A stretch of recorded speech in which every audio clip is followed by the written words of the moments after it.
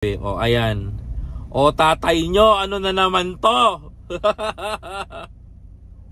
O tatay nyo, umaapila na ha? O eto na mga kapatid, o sa mga nag-aabang, abangers, o ayan na. O mga best. O eto na yung inaantay-antay ninyo. O eto na. Mga kababayan ko, sumagot na si Tong Puluts. Sumagot na si Tong Puluts ngayon mga kababayan. O sabi ho dito mga kapatid, the Philippines is not an ICC member. Anyone knows that mga kababayan. Sabi ni Tong Puluts. No. Sabi ni Pulong mga kababayan ko, except Apriano de Torre.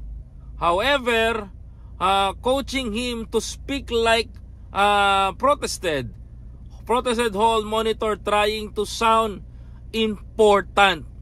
If Torre thinks threatening Senator Bato de la Rosa will elevate him, he might be want to check his scoreboard. Bato actually served for fourth and blend of this country. Torre barely had time to find comfort room in Campo Crame before being replaced mga kababayan. Ang ini-insist po ni Kong Pulong dito mga kababayan ko ay hindi na daw po tayo membro ng ICC. O ito ha. Sabi po dito, according sa post ni Senator Bato. Senator Bato, liliwanagin ko sa'yo. Uulitin ko ho, ha? Maliwanag po sa sikat ng araw to, ha? Kapag inaresto ka ni General Torre, ang tawag doon, legit operation. In millennial term. Legal operation in term ng ginagawa ng iba.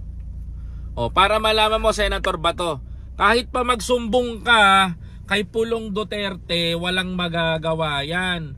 Kapag dinampot ka na ng ICC, ay yun na yung hudyat ng iyong pag-uwi sa Netherlands. Bakit? Mga kababayan, ang sabi ni hindi na daw po member ng ICC mga kababayan kung ang Pilipinas according to Kong Pulong Duterte. I'm sorry to say, Kong Pulong, ang pinaglalabanan po natin dito hindi po yung pagiging miyembro na po ng ICC. Huwag po nating lituhin ang taong bayan. Huwag po natin linlangin ang mga Pilipino. Huwag po natin lokohin ito. Magpakatotoo ho tayo.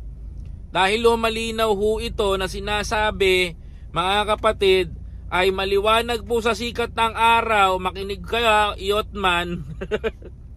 Nung naganap yung pagkitil ng buhay sa ng extrajudicial killing, mga kababayan ko, makinig kayo. Nung panahon na yon mga kapatid, alam nyo ho kung ano?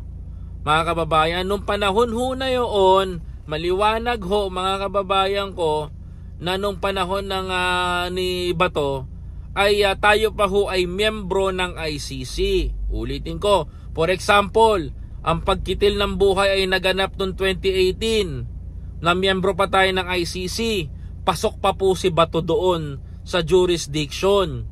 Ngayon, kumalas po ng 2019 ang Pilipinas sa International Criminal Court. Pasok pa rin ba yon? Yung naganap noong 2019 na EJK, hindi na po sasapulin ng kaso. Pero yung naganap noong 2018, 2017, 2016 mga kababayan ko, yan po ang pasok sa banga na ikinakaso kay Bato. Kung ang pagbabasihan natin noong 2019, hindi natin maisasama sa kaso. Pero 2018 to 2017, 2016, lahat po ng mga namatay dyan at ipinail po sa International Criminal Court, yun po ang pasok sa ICC, mga kababayan. Ang tanong ko dito, Senator Bato, kung talagang hindi na tayo membro ng ICC, bakit hindi ka lumabas sa Senado? Sige nga. O yan, Bato, kung talaga na tayo ay hindi na miyembro ng ICC, O bakit hindi ka umattend ng hearing sa Senado? O, yan ho ang pinakamatibay, mga kababayan. Kung talaga, ako hinahamon ko si Senator Bato, bakit ho hindi ka lumalabas? Ba't hindi ka lumabas dyan sa, ba't hindi ka lumutang dyan sa Senado kung talagang hindi na miyembro ang Pilipinas?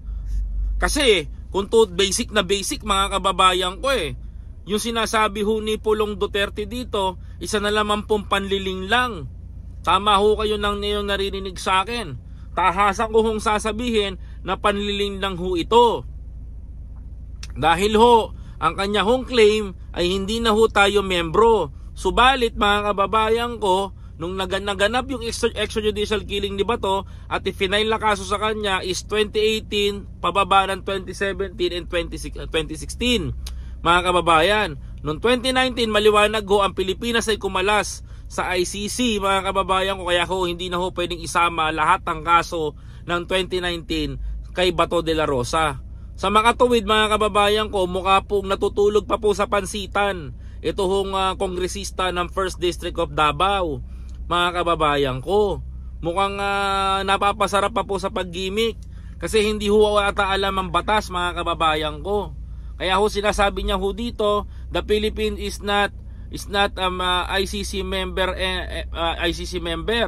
Everyone knows that. Sabi niya, alam daw po ng lahat yon. Alam din po ng lahat ng taong bayan, mga kababayan ko, yung ipinaglalaban ng mga biktima ng extrajudicial killing ng dating administrasyon. Kaya ho, mga kababayan ko, it's clear and loud and clear, mga kababayan, isa po itong pang-mental block at mind conditioning na naman nitong kongresista ng 1st District ng Davao. O kaya po, Congressman Pulong, abay kung talagang hindi na tayo membro ng ICC, sabihan mo si Bato na umatin na ng session sa Senado. Oh, yun na lang ho, basic na basic ho, mga kababayan ko. Napaka-basic ho nito.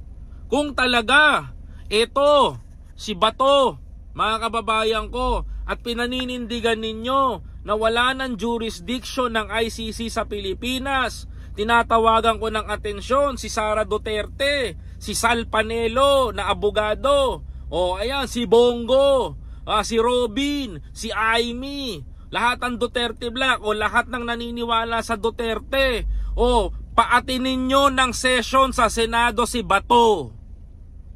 Sige, para magkaalaman. 'Di ba? Mga kapatid, mga kababayan, kung talagang ang sinasabi ni Pulong na hindi na tayo membro ng ICC at sinasabi niya dito, mga kababayan ko, paatinin nyo ng sesyon sa Senado si Bato. Bakit ho nagtatago? Kung talagang hindi ho tayo membro. 2019 tayo kumalas. Pero ang hindi nyo maitatago, mga kababayan ko, alam nyo ho kung ano? Hello, Tita Gina Iglet. Alam nyo kung ano, mga kababayan ko, hindi maitatago ng mga Duterte, mga kapatid, lahat ng kasapakat ng kanyang ama nung panahon ng administrasyon ng dating Pangulong Duterte ay yari ho sa International Criminal Court, kakasuhan. Mas malala pa ho ito sa kaso ni Alice Guho na lifetime imprisonment, mga kapatid. Kaya ho, mag-isip-isip ho kayo, no? Bago kayo bumitaw, bago kayo magsalita, bago kayo bumanat. Yun lang ho ang gusto kong sabihin, no? Yun lang ho ang gusto kong ipaalam sa inyo. Hindi ko na ho kayang sabihin pa lahat. Pero totoo ho lahat ang sinasabi ko dito. Tama ka dyan, Brendon. Diba? Kaya po, mga kababayan, malinaw ho, mga kapatid, na ito hong nilalabas nila na mga photocard ay isa na naman pong panlilin lang. Huwag tayo magpalinlang, mga kapatid. Tayo mga Pilipino, matatalino. Hindi tayo maloloko. Hindi ho tayo kayang lokohin ng sino man tao. Pero ang katotohanan ay hindi mababago, mga kababayan, dahil ito ho ay isang malaking kasinungalingan. Na-debunk ho na naman natin yung sinasabi ng mga quote card na ganito. Tayo ho ay nagdi-debunk lamang at tayo ho ay nagsasaysay lamang ng pawang katotohanan. Hamon ko kay Senator Bato, kung talagang hindi tayo membro ng ICC, umuwi ka ng lumabas ka ng simbahan nyo, magpakita ka na, umattend ka ng hearing sa Senado, at ulitin mo yung sinabi mo. Come on, Mr. Trillanes! Make my day! ICC ka ng ICC, ngak-ngak ka ng ngak-ngak dyan. Sumama ka pa, magpapupusas! O, sige nga, ulitin mo nga ngayon yan. Saka mo ulitin yan ba to? Kapag tama yung sinasabi ko. Ngayon mo gawin yan. Diba? Ngayon mo subukan yan. Ngayon ka magsalita. Ngayon ka, come on, Mr. Trillanes, make my day! Kung ako sa'yo, Senator Bato, panawagan ko, lumabas ka na sa lungga ni Kibuloy. Magpakita ka na. Total naman, ang sabi naman kakampi mo, wala nang ang Pilipinas sa ICC. Kung talagang pinaniniwalaan nyo yan, lumabas ka na dyan sa loob ng KOJC ngayon. Huwag ka na magtago. Makapuntahan ka ni Torre, hukayin ulit yan. Sige ka, baka hukayin ulit yan, ha? Anyway, mga kababayan ko, please don't forget to follow, like, comment, share, and subscribe, mga kapatid.